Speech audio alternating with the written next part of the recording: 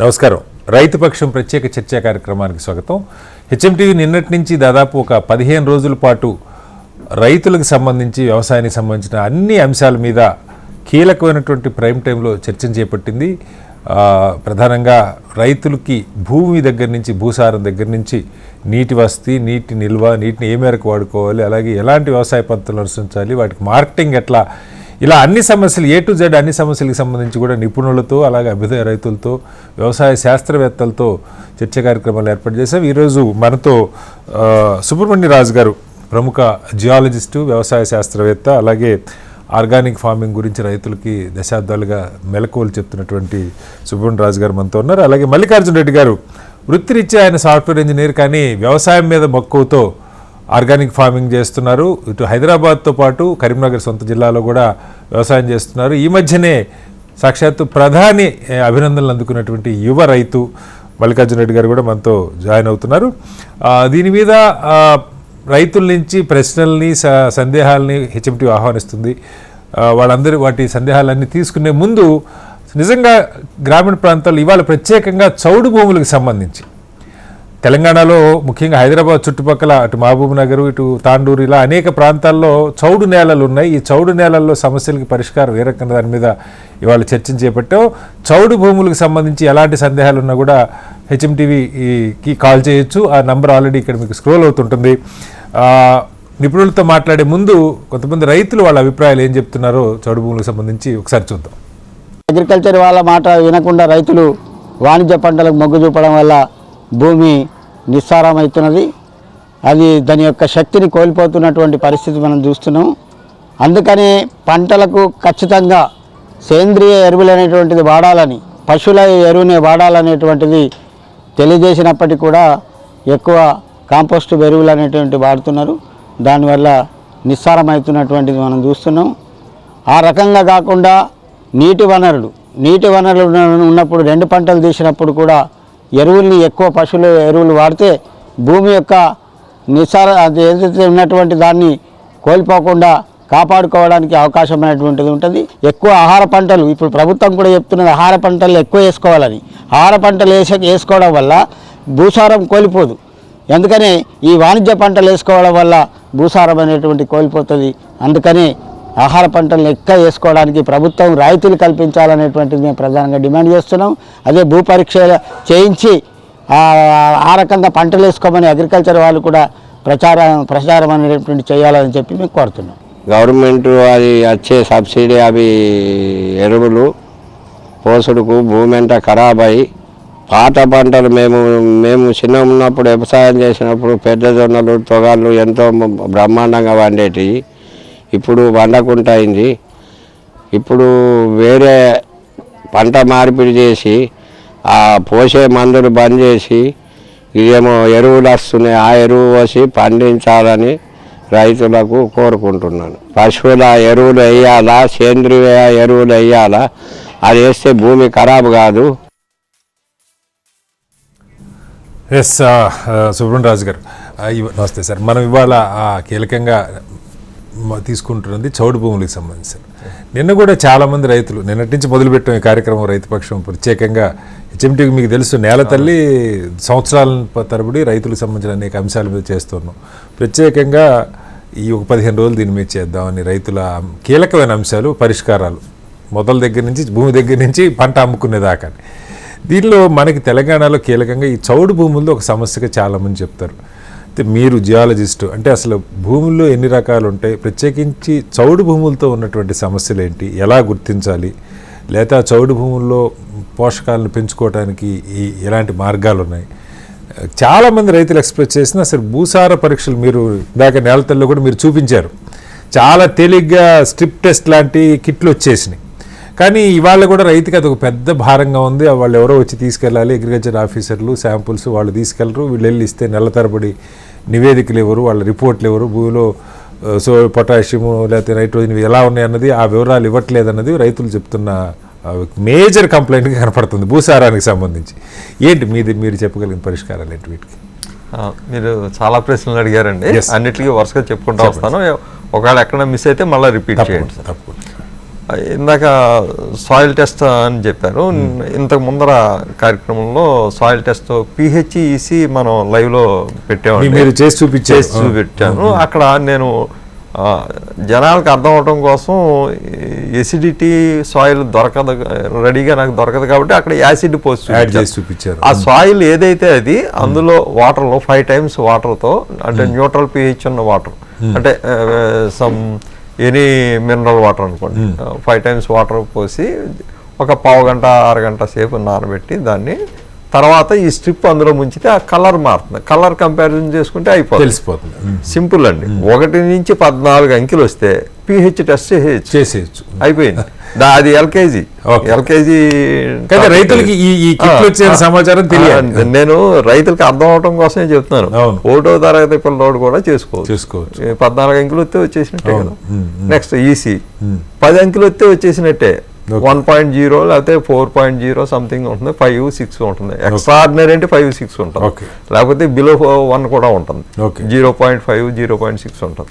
కాబట్టి అది కూడా జస్ట్ బటన్ నొక్కితే సరిపోతుంది, నెంబర్ వచ్చేస్తుంది. రిమోట్ లా ఉంటుంది. వాటర్ లో ముంచటం, సాయిల్ ఎంత అవుతాయి సార్ మీరు చెప్పిన స్ట్రిప్పులు కానీ, లేకపోతే 100 రూపాయలు పెడితే వచ్చేస్తుంది. 100 రూపాయలు పెడితే చిన్న బుక్ వస్తుంది. ఆ రేంజ్ సెలెక్ట్ చేసుకోవటం ఇంపార్టెంట్. మెడికల్ టెస్టులు చేసి, మన బాడీ మెడికల్ టెస్టులు చేసి వాళ్ళని తెప్పించి పెడతారు. డయాగ్నోస్టిక్ సెంటర్ అడిగినా తెప్పించి పెడతారు, అది పెద్ద ఇష్యూ కాదు. ఊరందరికీ కలిసి ఒక 200 రూపాయలు ఖర్చు పెడితే టెస్ట్లు అయిపోతాయి. ఎన్పీకే కూడా, నైట్రోజన్, ఫాస్ఫరస్. ఎన్పీకేకి సంబంధించి ఎన్పీకే, నత్రజని, ఫాస్ఫరస్, పొటాష్, సాయిల్ కార్బన్, ఈ 4కి కలిపి ఒక కిట్ వచ్చిందండి. అది 500 రూపీస్ అని మార్కెట్ లో వింటున్నారు. హోల్సేల్ గా గవర్నమెంట్ కనుక ఇవ్వగలిగితే అది కూడా 300కి 400కి వచ్చేది. అది కూడా ఇంత సింపుల్ గా ఉంటుంది. అందులో ఏముంటుందంటే నంబర్లు రావు, హై, మీడియము, లో డిఫరెంట్ కలర్స్ కనపడతాయి. దాన్ని బట్టి మీకు అర్థమైపోతుంది. రెండోది, అన్నిటికంటే ముఖ్యమైన చౌడు ఉంది అంటే అన్ని తక్కువే ఉంటాయి. ఉన్నా కానీ అవైలబిలిటీ ఉండదు. మొక్కకి కావాల్సిన ఫార్మేట్లో అవైలబిలిటీ ఉండదు. అంటే మొక్క తీసుకోలేదు, సాయిల్లో ఉంటుంది, మొక్క తీసుకోలేదు, దానికి కావాల్సిన ఫార్మేట్లో ఉండదు. రైతులకు అర్థమయ్యేలా చెప్పాలంటే, మన ఇంట్లో బియ్యం ఉన్నాయి కానీ మనం వండుకుంటేనే కానీ తినలేము. సేమ్ అలాగే అట్లా అనమాట. అంటే ఎట్లా మరి దాని నుంచి ఇప్పుడు రైతులు, భూమి ఉంది, ఏ చేయాలని ముందు క్షేత్రం ఇంపార్టెంట్. చౌడు నేల కొనుక్కున్నాడు, ఏం చేయాలి రైతు? ఎలా అంటే ఆ చౌడు నుంచి పంట దిగుబడి పెరగాలన్నా, చౌడులో వీటి పోషకాలు పెరగాలన్నా ఏం చేయాలి? అంటే ఇందులో అసలు చౌడు ఎందుకు ఏర్పడుతుంది అన్నది ఒకటి, అది తెలుసుకోవాలి. ఎలాంటి వాతావరణంలో ఏర్పడుతుంది, దాన్ని ఫిజికల్గా ఎటువంటి ట్రీట్మెంట్ లేకుండా సింపుల్ మెకానిజంతో ఫిజికల్గా ఏమేం చేయొచ్చు, దాని లక్షణాలు ఏంటి, చౌడు లక్షణాలు ఏంటి, మొక్కకి నేలకి ఉండేటువంటి సంబంధం ఏంటి, వీటిని ముందర పరిశీలించాలి. పరిశీలిస్తే సొల్యూషన్ ఆటోమేటిక్, డయాగ్నోసిస్ పర్ఫెక్ట్ గా అయితే సొల్యూషన్ ఆటోమేటిక్ తెలిస్తే అంతే కదా. మందు ఏంటి అన్నది అర్థమవుతుంది, ఆ మందు ఎలా ఇవ్వాలన్నది కూడా అర్థమైపోతుంది. ఇక్కడ మొట్టమొదట చౌడు ఉన్నప్పుడు వర్షాకాలం దాటాక మీకు 1 నెల 2 నెలలు అయ్యేటప్పటికి నేల మీద తెల్లగా పొర కడుతుంది. ఇంకా ఎక్కువగా ఉంటే గడ్డి కూడా మాడిపోతుంది, గడ్డి కూడా మొలవదు. జనరల్గా వర్షాకాలం వచ్చాక, వర్షం పడ్డాక ప్రతి చోట గడ్డి మొలుస్తుంది. గడ్డి కూడా మొలవలేదు అంటే చౌడు చాలా ఎక్కువ ఉన్నట్లెక్క, అది ఒక సిమ్టమ్. రెండోది, వాటరు భూమిలోకి ఇంకదండి, కింద గట్టిగా అయిపోతుంది. అందులో ఉండేటువంటి మూలకాలు వల్ల గట్టిగా అయిపోతుంది, నీరు కిందకి తీసుకోదండి. కింద హార్డ్ రాక్ ఉన్నప్పుడు జనరల్గా కిందకి నీరు వెళ్ళదంటాం, ఇక్కడ హార్డ్ రాక్ లేకపోయినా కూడా నీరు కిందకి తీసుకోదు. అంటే ఎలాంటి మూలకాలు ఉంటాయంటే అది కూడా బిలో 10th క్లాస్ సిలబస్ అండి. Calcium, magnesium, sodium, calcium, magnesium, potassium అండి. ఈ 4 మూలకాలు, అంటే ఇంకా చాలా ఉన్నాయి క్షారమూలక లోహాలు, మనకి మన నేలలో ఎక్కువగా ఉండే మూలకాలు ఇవే. అంటే సాయిల్ పీహెచ్ని ఇన్ఫ్లుయెన్స్ చేసేటువంటి క్వాంటిటీ ఎక్కువగా ఉండే ఈ 4, సోడియం, మెగ్నీషియం, కాల్షియం, పొటాషియం, ఈ 4 అండి. ఇందులో కాల్షియం, మెగ్నీషియం, పొటాషియం ఈ 3 మొక్కకు అవసరమే. ఓకే. కానీ అది ఏ ఫార్మేట్లో ఉన్నది అన్నది చాలా ఇంపార్టెంట్. ఓకే. అవి కార్బొనేట్లు, బైకార్బొనేట్లు ఫార్మేట్లో ఉన్నాయనుకోండి pH పెరిగే అవకాశం ఉంటుంది. ఓకే. సల్ఫేట్ ఫార్మేట్లో ఉన్నాయనుకోండి pH తక్కువ ఉంటుంది. ఓకే. కానీ సల్ఫేట్ ఫార్మేట్లో ఎక్కడో కానీ దొరకదు మీకు. ఓకే. ఎక్కువగా కార్బొనేట్ ఫార్మేట్లోనే ఉంటుంది. ఓకే. ఈ కార్బొనేట్ ఫార్మేట్లో ఉన్నప్పుడు ఎప్పుడైతే గట్టిగా ఉందో ఆటోమేటిక్గా pH ఎక్కువ ఉన్నట్టే. మీకు మట్టి గట్టిగా ఉంటుంది. మీకు ఇక్కడ తెలంగాణ చుట్టుపక్కల మహబూబ్ నగర్ కానీ ఇక్కడ కానీ ఎక్కడైనా చుట్టుపక్కల చౌడు నెలలో కొంచెం తవ్వారనుకోండి, ఇంత గుళికల్లాగా కనపడతాం, తెల్లగా మురుగులా గుళికల్లా కనపడతాం. ఇవన్నీ హార్డ్ అయిపోయినాయి అన్నమాట. ఒక సెకండ్ సార్, మనతో ఒక కాలర్ ఉన్నారు, వెంకట్ అని చెప్పి మెదక్ నుంచి ఒక రైతు ఉన్నారు. వెంకట్ గారు, ఇక్కడ సుబ్రహ్మణ్యరాజు గారు వ్యవసాయ రంగ నిపుణులు, వ్యవసాయ శాస్త్రవేత్త ఉన్నారు. ఏంటి మీ సమస్య, మీ భూముల సమస్య? ఇవాళ ప్రధానంగా చౌడు భూములకు సంబంధించి తీసుకున్నాం, మీ సమస్య ఏంటి చెప్పండి.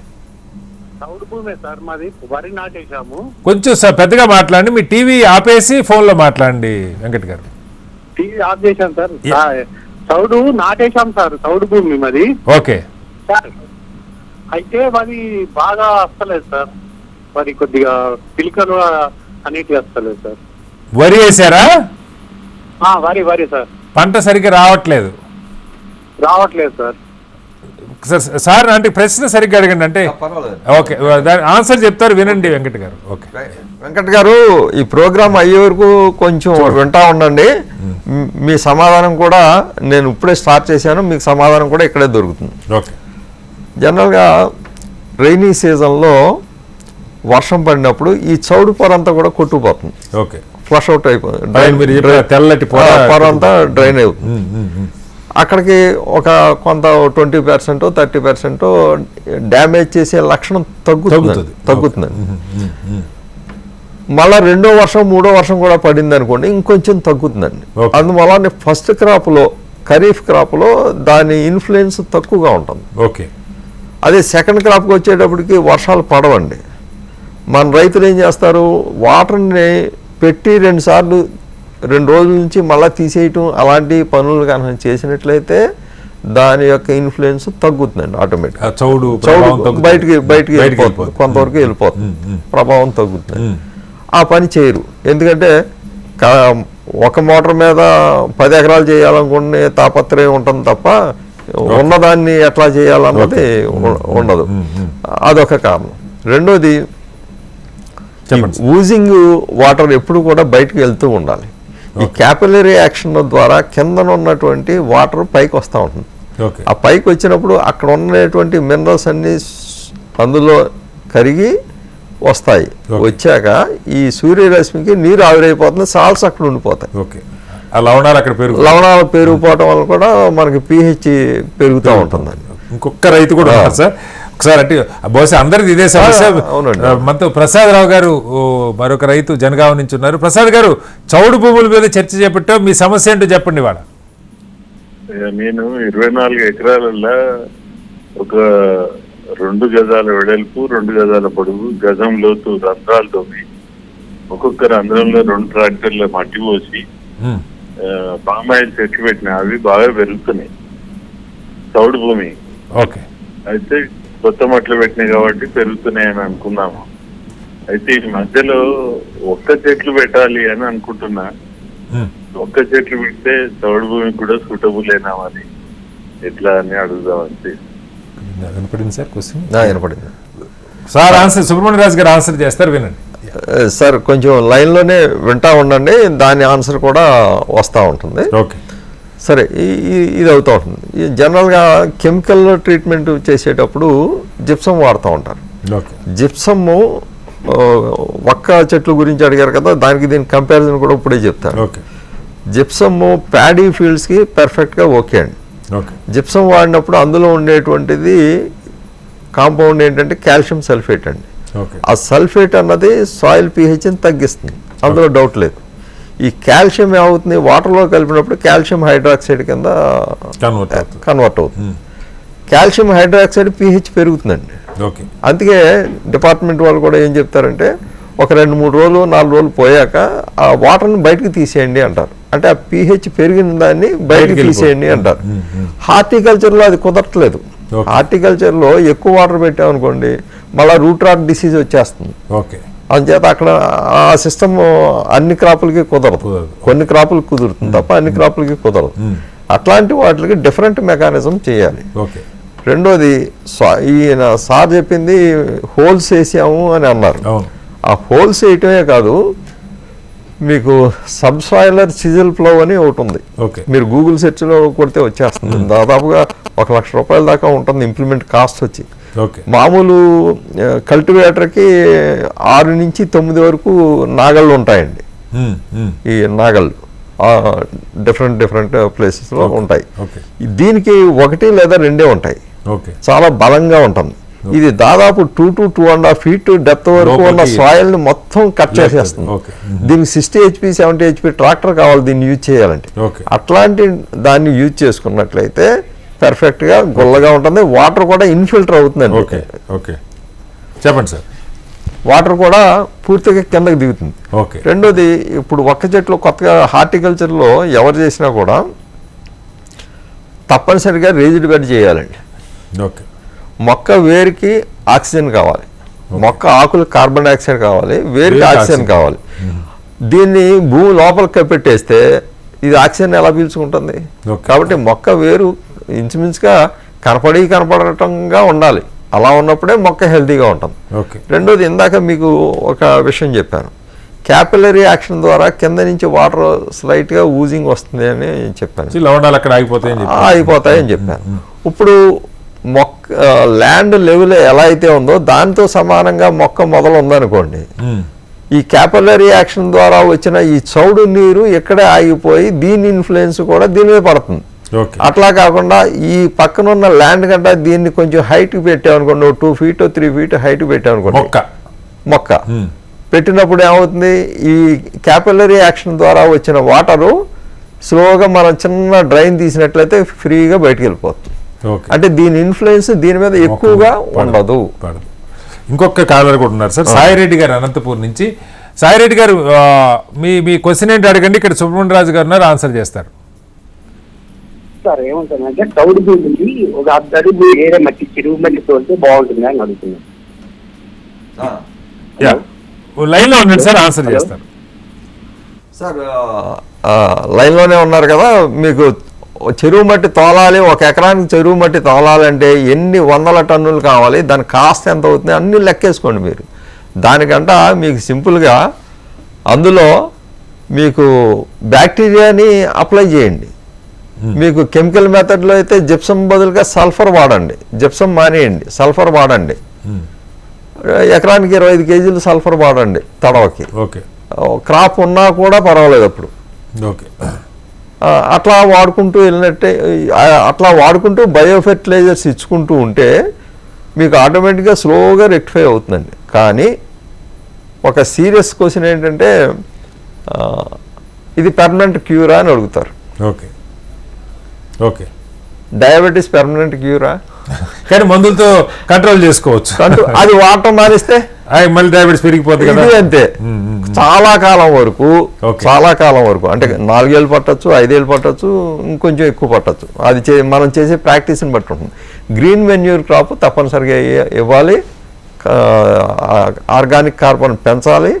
ఈ micro organisms, bacterias, suitable bacterias, biofertilisers అన్నీ ఇచ్చినట్లయితే డెఫినెట్గా అందులో మార్పు వీలైనంత త్వరగా వస్తుంది. భూమిలో 4-5 ఏళ్లలో సరైన పద్ధతులు కనుక అవలంబిస్తే మార్పు రావడానికి అవకాశం ఉంది. ఇంకొక కాలారు కొన్నారు సార్, రవీంద్ర గారు వరంగల్ నుంచి.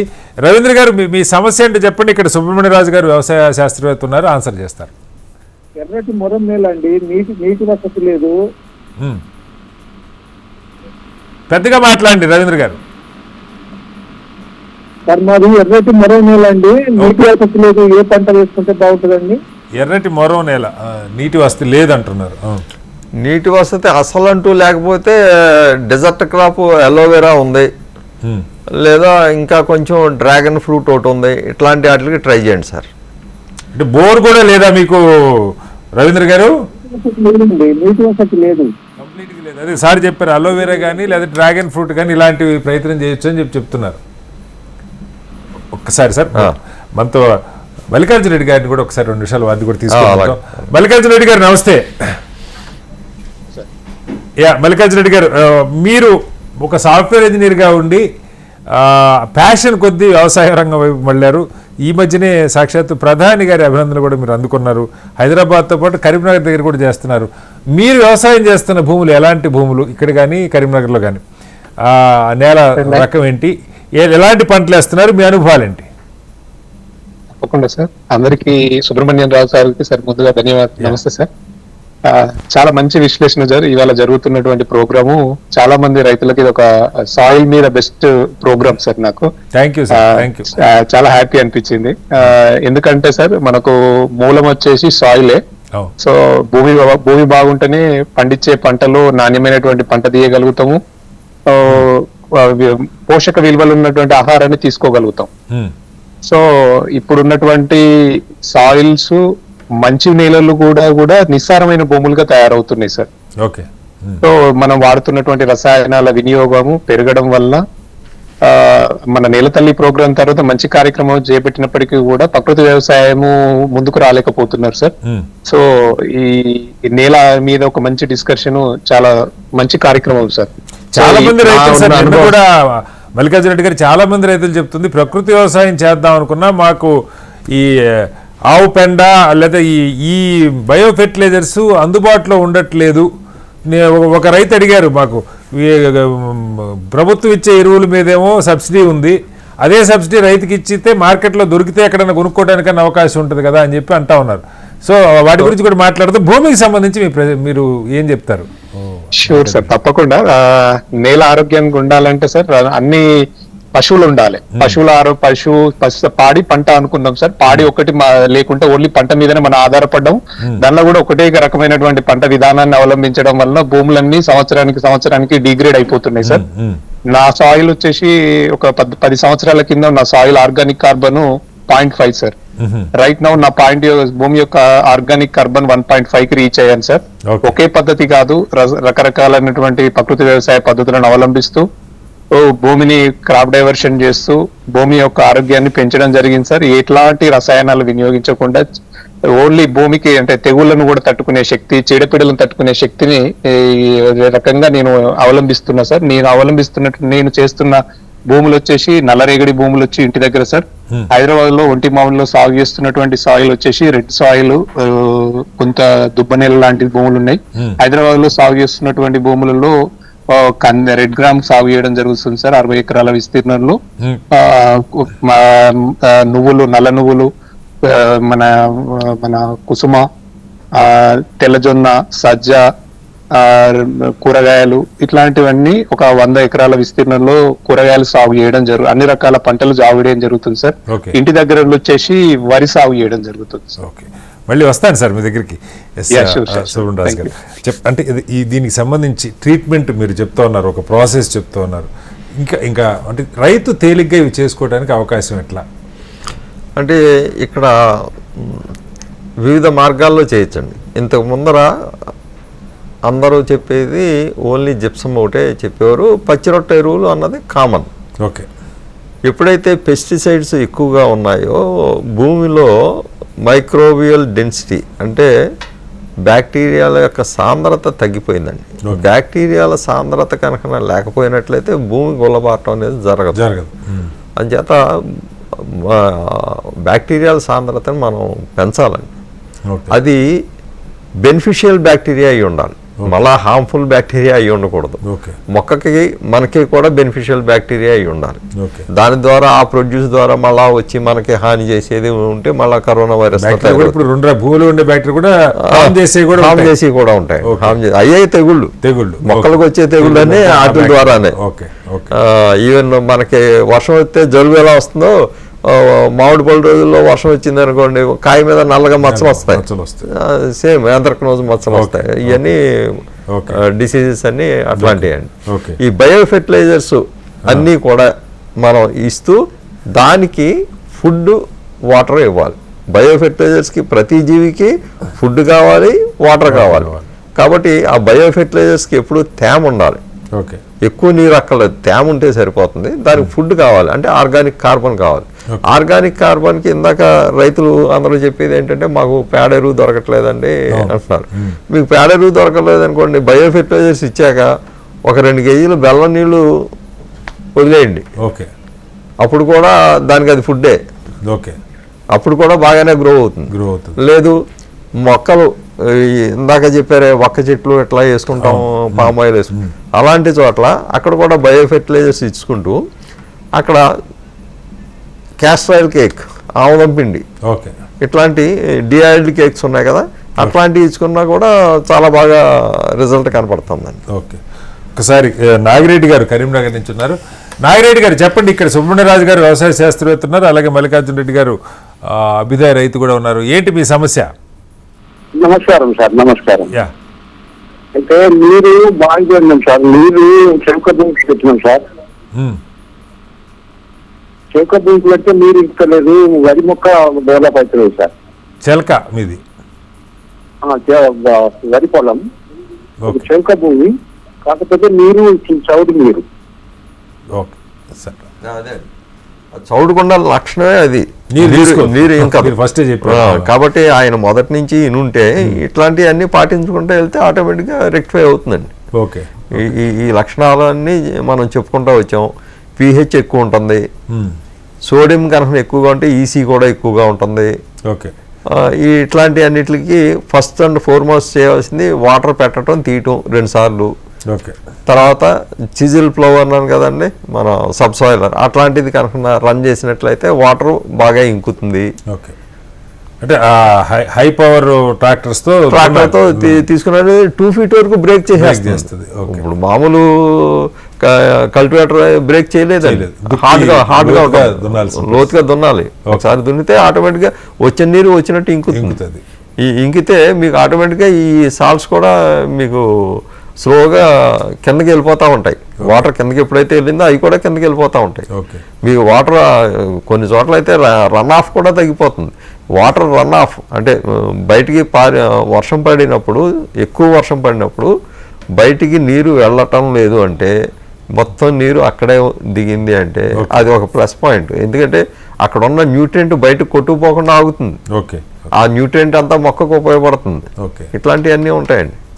మనతో వర్మ గారు అనంతపూర్ నుంచి ఉన్నారు. వర్మ గారు మీ సమస్య ఏంటో అడగండి, శాస్త్రవేత్తలు ఉన్నారు, నిపుణులు ఉన్నారు, సమాధానం చెప్తారు. మా సమస్య ఏంటి, మెట్టు భూమి మాది, సౌడు రంగంగా ఎక్కువ పోతున్నది. వర్షాలు వచ్చినప్పుడు రకము కట్ అయింది. వర్మ గారు సమస్య అర్థమైంది. సమస్య అర్థమైంది. ఆయన సమస్య వర్షం వచ్చినప్పుడు ఒకలాగా పెరుగుతుందా, వర్షం రానప్పుడు ఒకలా పెరుగుతుంది అన్నారు. ఇదే ఇలాంటి సిచ్యువేషన్ నేను వినుకొండ ఏరియాలో చూశానండి. వర్షం వచ్చినప్పుడు పెరుగుతుంది, రానప్పుడు పెరుగుతుంది. వర్షం వచ్చినప్పుడు ఏ విధంగా పెరుగుతుంది, రానప్పుడు ఏ విధంగా పెరుగుతుందో ఎక్స్ప్లెయిన్ చేస్తాను. నేను వెళ్ళిన ఒక లొకేషన్కి పక్కన ల్యాండ్ పక్కనే ఒక కొండ ఉంది. ఆ కొండలో ఎక్కువగా ఈ కాల్షియం కార్బోనేట్ డిపాజిట్స్ ఎక్కువగా ఉన్నాయి. ఈ వర్షం పడినప్పుడు ఏమవుతుంది, ఈ కాల్షియం కార్బోనేట్ వాటర్ అంతా కూడా ఈ ల్యాండ్ మీదకి వస్తుంది. ఆ రకంగా ఇక్కడ pH పెరుగుతుందండి. వర్షం తగ్గాక ఏమవుతుంది, కింద నుంచి బయటకు వస్తుంది. అది చాలా పొర కింద ఏర్పడుతుంది. అంటే 2 రకాలుగా 2 సీజన్లోనే పెరుగుతుందండి. ఇట్లాంటివి కొన్ని చోట్ల ఉన్నాయి. ఇలాంటిదే నోయిడా దగ్గర కూడా ఉందండి. ఏం చేయాలి దానికి మరి? నోయిడా దగ్గర అయితే ఇంకా విచిత్రమైన పరిస్థితి. అక్కడ విపరీతమైన కెమికల్స్ వాడటం వల్ల, ఫెర్టిలైజర్స్ వాడటం వల్ల అండర్ గ్రౌండ్ వాటర్ కూడా pH పెరిగింది. ఆ వాటర్ తీసుకుని, బోర్ వాటర్ తీసుకుని వాడితే pH పెరుగుతుంది. తీసుకోకపోతే పంట లేదు. చాలా విచిత్రమైన పరిస్థితులు ఉన్నాయండి. దాని మీద నా ఐసీఆర్ రీసెర్చ్ ఇన్స్టిట్యూట్ వాళ్ళు కూడా స్టడీ చేశారు. దానికి కంటిన్యూగా ట్రీట్మెంట్ చేస్తే, వాళ్ళు ఇచ్చిన రిపోర్ట్లో కంటిన్యూగా ట్రీట్మెంట్ చేస్తే 50 సంవత్సరాలు పడుతున్నారు.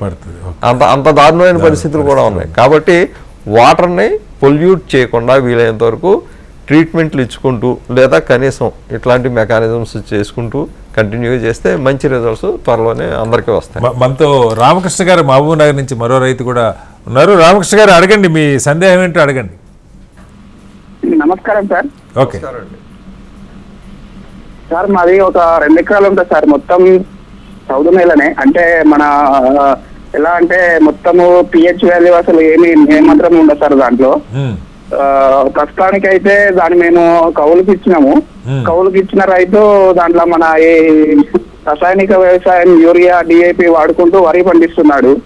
ఇప్పుడు అంటే దాంట్లో వరి తప్ప ఇంకా వేరే ఏ పంట కూడా పండదు అనే పొజిషన్ కి తీసుకొచ్చిరు. దాన్ని ఇప్పుడు దాంట్లో మేము ఈ పాలేకర్ పద్ధతిలో పండించాలని అనుకుంటున్నాము. ఇప్పుడు ఆ భూమిలో ఏ విధంగా స్టార్ట్ చేస్తే మళ్ళీ భూమి యొక్క సారం పెరుగుతుంది అనేసి మా సందేహం సార్. ఓకే చెప్పండి. ఒకసారి శ్రీనివాసరావు గారు కొంచెం నాకు 3 minutes గ్యాప్ ఉండే కాల్లో తీసుకుని చెప్పండి సార్. చాలా చాలా వ్యాలిడ్ పాయింట్ అండి అది. చాలా మంది రైతులకి ఈ బయో ఇన్పుట్స్ సోర్సింగ్ ఎక్కడ అన్నది తెలియట్లేదు. ఎక్కడ ఏం కొనుక్కోవాలి, బయో ఫెర్టిలైజర్స్ ఇందాక కూడా మీరు అడిగారు ఎక్కడ దొరుకుతాయని. మాది గో ఆధారిత ప్రకృతి వ్యవసాయదారుల సంఘం అండి, దానికి తెలంగాణకి జనరల్ సెక్రటరీగా ఉన్నాను. ఓకే. ఏ రైతు అయినా సరే మాకు ఫోన్ చేసి బయో ఫెర్టిలైజర్స్ కావాలంటే కేజీ 60 రూపాయలకి లేదా లీటర్ 60 రూపాయలకి నేను ఇప్పిస్తాను. అంటే లీటర్ 60 రూపాయలు అంటే బ్రాత్ అంటారు దాన్ని, షెల్ఫ్ లైఫ్ 6 months ఉంటుంది. ఓకే. లేదా పౌడర్ అయినా సరే ఆ రేట్కి మేము ఇప్పిస్తాం, ఇబ్బంది ఏం లేదు. ఎక్కడికైనా సరే ట్రాన్స్పోర్ట్ వాళ్ళు కోరిన ట్రాన్స్పోర్ట్ వరకు ఇస్తాం, ట్రాన్స్పోర్ట్ పేమెంట్ వాళ్ళు ఇచ్చుకోవాలి. అది ఒక ఇష్యూ. ఆయన అడిగింది పాలేకర్ గారి పద్ధతి ద్వారా మేము చేద్దాం అనుకుంటున్నాం అన్నారు. మీరు ఏ పద్ధతిలో చేసినా పర్వాలేదు. ఓకే. మైక్రోబియల్ డెన్సిటీ అంటే అందులో ఉండేటువంటి సూక్ష్మజీవుల సాంద్రతని పెంచాలి. అది పాలేకర్ పద్ధతి అయినా పర్వాలేదు, వేరే ఇంకొక శాస్త్రీయ పద్ధతి అంటే బయో ఫెర్టిలైజర్స్ ఇచ్చే పద్ధతి అయినా పర్వాలేదు. ఇంకా చీప్గా అందరూ చూసేది వేస్ట్ డికంపోజర్ ఈ మధ్యన బాగా అందుబాటులో ఉంది. ఎన్పీకే కూడా కిషన్ చంద్ర గారు రిలీజ్ చేశారు. వాటిని వాడుకున్నా పర్వాలేదు, మీరు ఏదైనా వాడుకోండి, ఎక్కువ వాల్యూమ్ వాడండి. స్పెసిఫిక్గా నేను చెప్పినట్టుగా చేస్తే స్పెసిఫిక్గా మీకు ఎకరానికి 10 kgs అయిపోతుంది బ్యాక్టీరియా.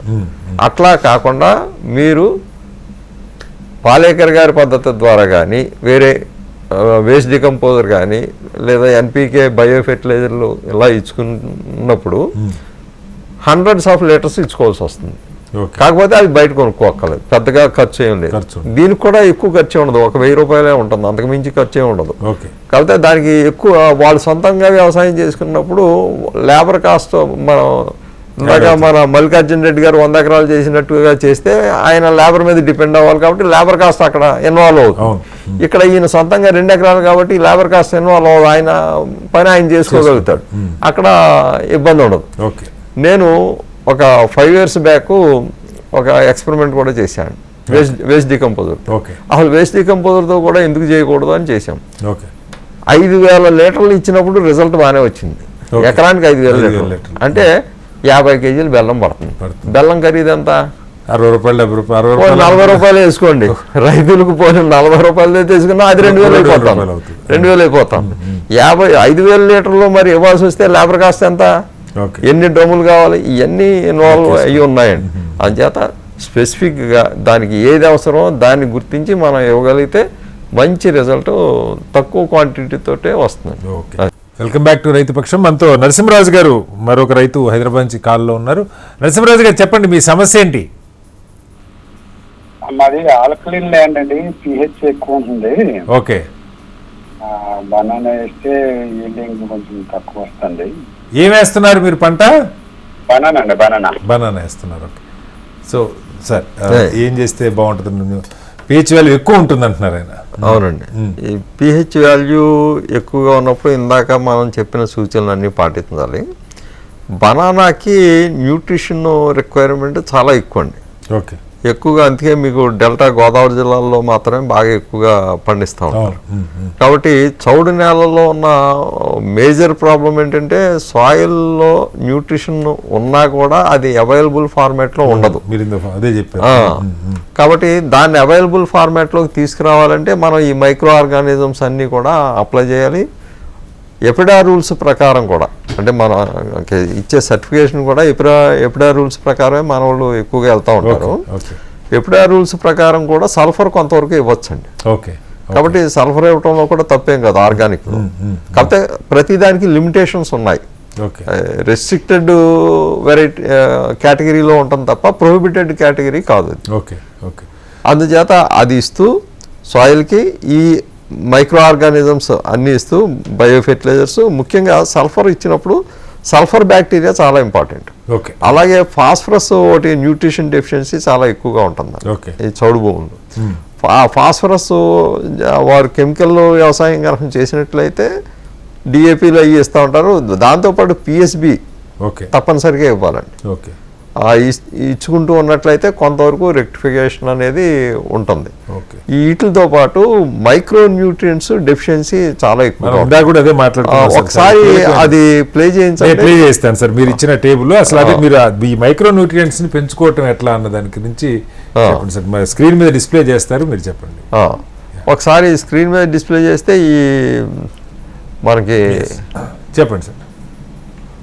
ఏపీహెచ్లో ఇప్పుడు ఇందులో మీరు చూడండి బ్యాక్ సైడ్ కింద పిహెచ్ వాల్యూస్ ఉన్నాయి. ఓకే. ఆ పిహెచ్ వాల్యూస్ నిదానంగా గ్రీన్ కనపడేదంతా కూడా అవైలబుల్, రెడ్ కనపడేదంతా కూడా నాట్ అవైలబుల్. అంటే ఆ పోషక లోపాలు ఉంటాయన్నమాట. ఓకే.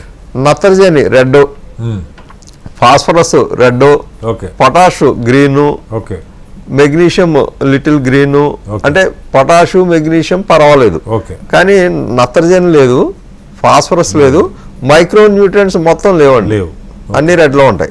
మాలిబ్డినం తప్ప. చౌడు భూముల్లో మనం మాట్లాడినంత చౌడు భూములే ఈరోజు. మాలిబ్డినం అనేది చాలా తక్కువ క్వాంటిటీ, పీపీఎం లెవెల్లో ఉంటుంది. కాబట్టి కాసేపు దాన్ని పక్కన పెడదాం. ఈ మిగతా అన్నిటిని కూడా మనం పెంచుకోవాలి. ఇప్పుడు సాయిల్ ద్వారా మనం ఈ మైక్రో ఆర్గానిజమ్స్ ఇచ్చినప్పుడు వాటిని అవైలబుల్ ఫార్మాట్లోకి తీసుకురావడానికి ఈ అన్నిటికీ కూడా బ్యాక్టీరియాలు ఉన్నాయి. నత్రజనికి ఉంది, ఫాస్ఫరస్ ఉంది. నత్రజని పెరగడానికి కొన్ని రకాల బ్యాక్టీరియాలు, ఫాస్ఫరస్ పెరగడానికి కొన్ని రకాల బ్యాక్టీరియాలు ఉంటాయి. నత్రజని పెరగడానికి కాదండి, నత్రజని అన్అవైలబుల్ ఫార్మాట్ లో ఉన్నది అవైలబుల్ ఫార్మాట్ లోకి తీసుకురావడానికి ఉందండి. అట్లా ఉన్నాయండి. అయినా కూడా ఇంకా డెఫిషియన్సీ కనపడుతుంది. అలాంటప్పుడు తప్పనిసరిగా స్ప్రేలు కంపల్సరీ. స్ప్రేయింగ్ల ద్వారా మనం న్యూట్రిషన్ ఇచ్చుకోవాలి. ఆ స్ప్రేయింగ్లు ఏ ఎలిమెంట్కి ఎలాంటి స్ప్రేలు ఇచ్చుకోవాలన్నది మళ్ళా అదొక సబ్జెక్ట్. దాని గురించి మనం మాట్లాడాలి. ఎక్కువగా మనకి ఫిష్ ఎమినో యాసిడ్, పంచగవ్య ఇలాంటివి వాడినప్పుడు నత్రజని ఇట్లాంటివన్నీ కూడా పోషకాలు కవర్ అవుతూ ఉంటాయి. తర్వాత ఫాస్ఫరస్కి వచ్చేటప్పటికి చెప్పండి సార్. సోయాబీన్ డికాక్షన్ వాడుతున్నాం అండి. ఫాస్ఫరస్, జింక్ వీటికి సోయాబీన్ డికాక్షన్ వాడుతున్నాం. మైక్రో న్యూట్రియంట్స్కి వచ్చేటప్పటికి నువ్వులలో మైక్రో న్యూట్రియంట్స్ అన్ని బాగానే ఉంటాయి, కాకపోతే నువ్వులు కాస్త ఎక్కువ, అందుకని ఉలవలు తీసుకుంటున్నాం. ఉలవల్లో కూడా మైక్రో న్యూట్రియంట్స్ అన్నీ ఉంటాయి. ఆ ఉలవల డికాక్షన్ వాడుతున్నాం అండి. ఇట్లాగా స్ప్రేయింగ్ల ద్వారా మనం ఆర్గానిక్ వ్యవసాయంలో మనం చేయాల్సి వస్తుంది. అట్లా కాకుండా కెమికల్ వ్యవసాయం అయితే ఫార్ములా 4 ప్రతిదానికి మీకు బోరాను అన్నీ కూడా అవైలబిలిటీ ఉన్నాయి, జింకు అన్నీ కూడా అవైలబుల్గా ఉన్నాయి. అవన్నీ కూడా ఇచ్చుకుంటాం. వీటితో పాటు ఇప్పుడు ప్రజెంట్ శీతాకాలంలో కంపల్సరీగా ప్రతి క్రాప్లోని జింక్ డెఫిషియన్సీ వస్తుందండి. ఇంకా అది యూనివర్సల్ ఫార్ములా అనమాట ఈ సీజన్లో. వర్షాకాలంలో పైన ఉన్నాయన్నీ లీచ్ అయ్యి ఎలా అయితే వెళ్ళిపోతాయో శీతాకాలంలో ఈ ప్రాబ్లమ్ మీకు కనపడుతుంది, జింక్ ప్రాబ్లం కనపడుతుంది. అలాగే ఈ చలికి తట్టుకోవడానికి కూడా పొటాష్ కంపల్సరీగా కావాలి.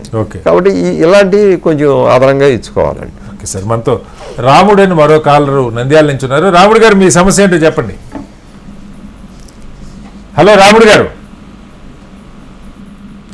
రాముడు గారు నా వాయిస్ వినపడుతుందా? వినిపిస్తుందండి. మీ క్వశ్చన్ ఏంటో అడగండి రాముడు గారు. క్వశ్చన్ ఏం లేదు, జస్ట్ నేను అంటే బ్యాంబూ గురించి కొద్దిగా. రాముడు గారు మీరు బ్యాంబూలో మంచి సక్సెస్ఫుల్ ఫార్మర్ అండి ఈయన. నిన్న కూడా మీరు మాట్లాడినప్పుడు కోతుల గురించి ఎట్లాగా ఏంటనే వేయలేకపోతున్నారు. అట్లాంటి వాటికి వెదురుతోటి మనం ప్రొటెక్షన్ కల్పించవచ్చు అన్న దానికోసం రాముడు గారు చెప్తారని అనుకుంటున్నాను. రాముడు గారు చెప్పండి సార్. ఎట్లా సార్, కోతుల సమస్య లేదా మీకు? కోతుల సమస్య ఏం లేదు సార్. యాక్చువల్గా మేము మొదట ఓన్లీ బౌండరీకి బ్యాంబూ ప్లాంట్ చేద్దాం అనుకున్నాం సార్. ఒక 15 acres ల్యాండ్ ఉండింది సార్. ఎందుకు మొత్తం టోటల్ గా బ్యాంబూ ప్లాంట్ చేసాం, ఒక 3 varieties. ఓకే. ఆ విషయంలో మాకేంటంటే చాలా అడ్వాంటేజ్ అనిపించింది సార్ బ్యాంబూ. అంటే బౌండరీకి కూడా పనిచేస్తుంది, లోపల మిగతా దానికి కూడా సపోర్టివ్ గా ఉంది కాబట్టి బ్యాంబూ ప్రమోట్ చేస్తే బాగుంటుందనే ఉద్దేశంతో నేను కాల్ చేశాను సార్. అంటే విత్ ఇన్ 1 year 3 months లో అది 15 feet హైట్ పెరిగాయి బ్యాంబూ 15 నెలల్లో. Okay, yes sir, 15 months exactly. ఇప్పటికి రైతులందరూ కూడా సస్టైనబుల్ ఫార్మింగ్ చేయాలి అంటే ఆగ్రో ఫారెస్ట్రీకి వెళ్ళాలండి. అందులో బ్యాంబూ కూడా ఇన్కమ్ బాగుంది. రాముడు గారు కొంచెం దాని ఇన్కమ్ గురించి ఏమన్నా చెప్పగలుగుతారా మీరు? ఇన్కమ్ అంటే మేము ఇనిషియల్ గా సార్ 15 months అయింది, కాకపోతే గ్రోత్ బాగుంది సార్. ఒక మొక్కకు దాదాపు 20 to 25 వచ్చాయి ఒక క్లంప్ లో క్లంప్స్. సో గ్రోత్ బాగుంది కాబట్టి మినిమం మనకు ఇంకా ఒక విత్ ఇన్ 2.5 years లోపలనే మేము కటింగ్ కు వస్తుంది. వచ్చినప్పుడు minimum per acre at least worst condition లో 2 lakhs ఎవ్రీ ఇయర్ ఎక్స్పెక్ట్ చేస్తున్నాం సార్. వస్తుంది కూడా, అంటే మినిమం అది మినిమం అది సార్. రైట్ సార్, మళ్ళీ వస్తాను సార్ మీ దగ్గరికి. ఒకసారి మల్లికార్జున రెడ్డి గారు, మీరు చేస్తున్న దానిలో అంటే మీరు కానీ మీకు మామూలుగా చౌడు భూములు ఉన్న రైతులు ఎలాంటి సమస్యలు ఎదుర్కొంటున్నారు? మీ దృష్టికి ఏమేమి సమస్యలు? ఒక్క నిమిషం అండి. మల్లికార్జున రెడ్డి గారు, మీకు వెజిటబుల్స్ ఫార్మింగ్ చేస్తున్నారు కాబట్టి ఆ ఏరియాలో కోతులు కనుక ఉన్నట్లయితే కోతులు కానీ అడవి పందులు కానీ తప్పనిసరిగా చుట్టూరు పెరిఫెరీ చుట్టూరు మీరు బ్యాంబూని ప్రిఫర్ చేయండి. ఓకే అండి, మీరు కంటిన్యూ చేయండి సార్. షూర్ సార్, మాకు అడవి పందుల సమస్య ఉంది, దానికి కూడా ప్రొటెక్షన్ బాగానే ఉంటుందండి. అవునవును సార్, దానిలో భీమా బ్యాంబో, తుల్డా, న్యూటన్ వెరైటీ అయితే అగరబత్తికి కూడా పనిచేస్తుంది, మంచి వాల్యూ వస్తుంది సార్. అవును. మా ఏరియాలో సార్ ఎక్కువ కూడా చౌడును అంటే ఈ పొలాలలో ఎక్కువ మేజర్ క్రాప్ సాగు వచ్చి వరి సాగు సార్ మా దగ్గర. సో చాలా మంది ఎదుర్కొంటున్నటువంటి సమస్య ఈ చలికాలంలో జింక్ డిఫిషియన్సీ అనేది బాగా వస్తుంది. ఎందుకంటే సార్ ఏ రైతు కూడా తెలియకుండానే భాస్వరాన్ని ఎక్కువ మోతాదులో వాడడం వల్ల, భాస్వరం మోతాదు ఎక్కువ అవడం వల్ల పొలాల్లోకి వెళ్ళి మొక్క జింక్ అనే పోషకాన్ని తీసుకోలేకపోతుంది. మరియు మా దగ్గర ఇంకొక చాలా మంది రైతులు చేస్తున్నటువంటిది తప్పిదం సార్, కాంప్లెక్స్ ఎరువును వరి మాగాల్లో డిఏపి వాడకుండా, సూటి ఎరువును డైరెక్ట్ వాడకుండా కాంప్లెక్స్ రూపకంలో వాడడం జరుగుతుంది చాలా మంది రైతులు. అది 2 దఫాలుగా వేయడం జరుగుతుంది సార్. సో 2020 రూపకంగా కానీ 28 రూపకంగా కానీ వేయడం జరుగుతుంది. ఇంకోటి దీని వల్ల చాలా ప్రాబ్లమ్స్ ఫేస్ చేస్తున్నారు చౌడు సమస్య.